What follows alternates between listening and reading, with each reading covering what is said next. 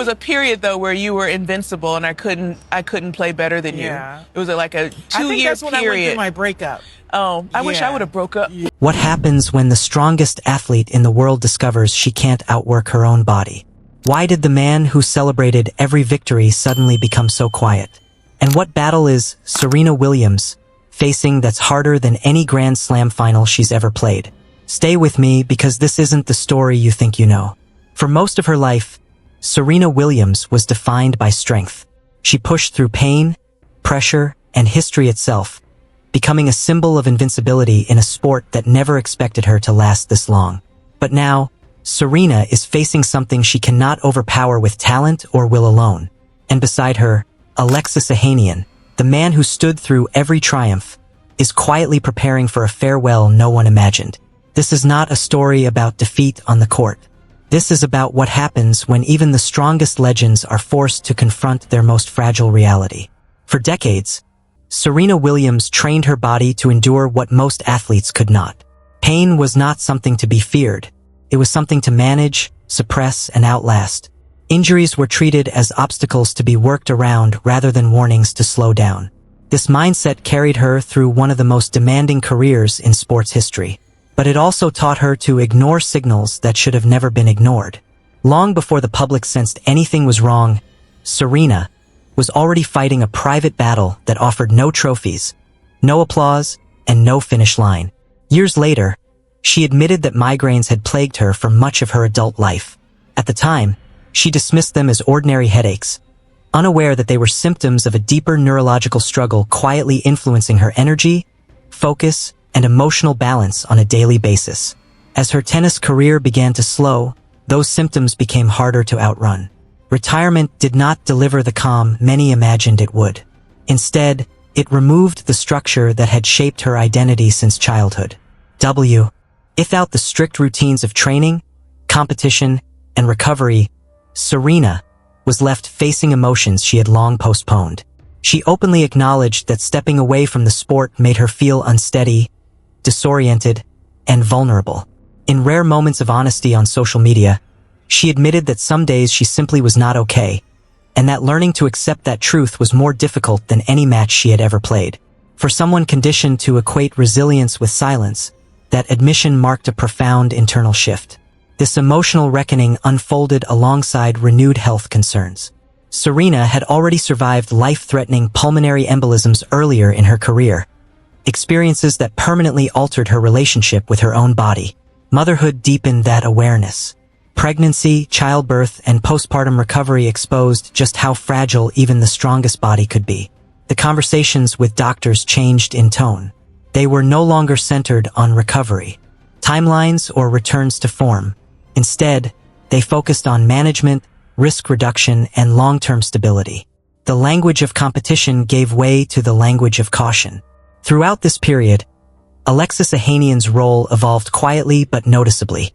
Once known for public declarations of admiration and grand gestures of support, he became more reserved, more protective, and more attentive to what Serena needed rather than what the world expected from her. Public appearances became fewer. Their relationship shifted from celebration to preservation. For the first time in her life, strength was no longer enough. And in facing that reality, Serena Williams began a different kind of fight, one defined not by dominance, but by acceptance. Long before Serena Williams became a global icon, she was a child shaped by discipline, survival, and relentless expectation. Born on September 26th in Saginaw, Michigan, she was the youngest of 5 sisters in a household where security was fragile and opportunity had to be fought for. When the family relocated to Compton, California, that reality intensified. The neighborhood was marked by violence, economic hardship, and instability, and childhood innocence did not last long. In that environment, tennis was never treated as a pastime or a source of fun. It was framed as a way out, a lifeline that carried the weight of the family's future. Richard Williams did not raise Serena to enjoy the game. He raised her to survive it. With no formal coaching credentials and little regard for conventional pathways, he constructed a detailed long-term plan for his daughters that governed nearly every aspect of their lives. Serena was homeschooled, shielded from outside influences, and taught early that emotional expression could be a weakness. Pain was something to endure, not acknowledge. Fear was something to bury, not examine. Winning was not framed as success. It was framed as responsibility. From the age of 4, Serena was conditioned to accept discomfort as normal. Public courts in Compton became her training ground, and hostility became part of her education. Crowds could be aggressive. Insults were common. Racism was not subtle. Yet, none of this was treated as an interruption to her development. It was incorporated into it.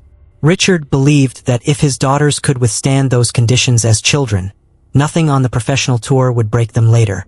That mindset followed Serena when she turned professional at 14. Facing older, stronger opponents, she did not protest the imbalance. She adapted. Losses were not discussed. They were absorbed. Emotional responses were internalized, not processed. By 16, she was already pushing deep into tournaments. And by 17, she had claimed her first Grand Slam title. The lesson was unmistakable. Resilience produced results. But that lesson came at a cost. Serena was never taught how to stop. Emotional fatigue was reframed as motivation. Physical. Warning signs were treated as challenges to overcome rather than signals to slow down. Years later, that same conditioning would complicate her health. Migraines, exhaustion, and emotional strain were filtered through a lifetime of training that equated breaking down with failure.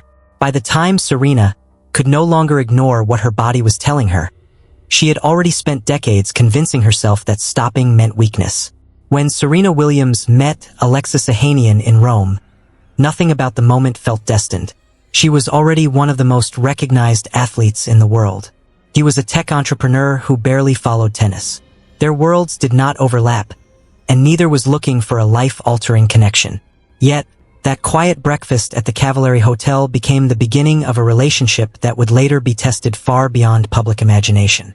At first, their bond was light. Alexis followed Serena on tour, flying across continents just to watch her play, learning her world from the sidelines. Serena, accustomed to control and self-reliance, found comfort in someone who did not compete with her strength, but admired it without condition.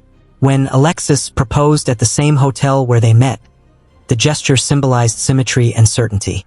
Their wedding soon after reflected celebration, stability, and a future that seemed firmly under control. That sense of control did not last. Pregnancy introduced fear where confidence once lived.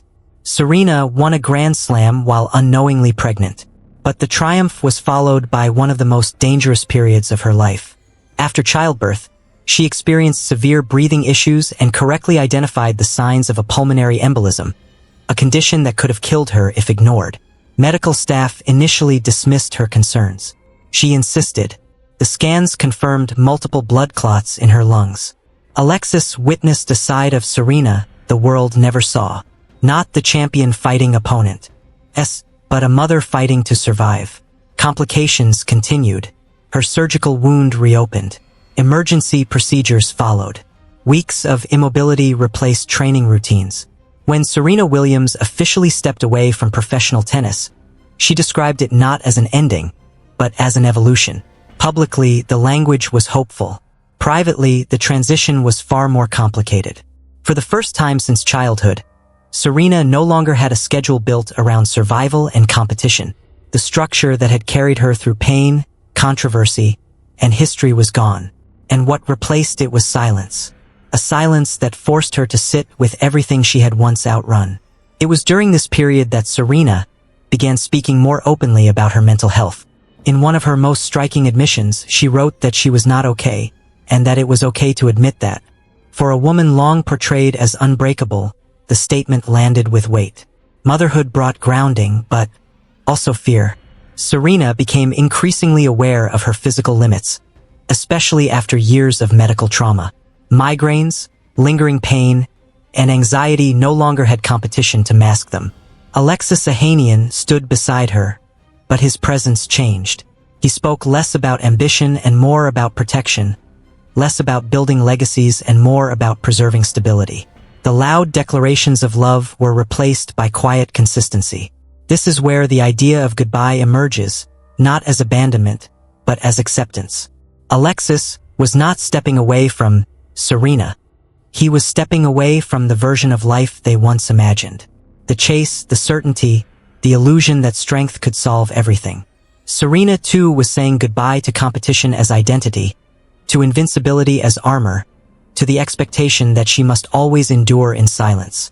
And for the first time, Serena Williams allowed the world to see her not as a champion pushing forward, but as a human, learning how to stop. Serena Williams spent her life fighting every battle head-on, but this one has no opponent across the net. Do you think stepping away was the hardest decision of her life, or the bravest one? Share your thoughts in the comments below.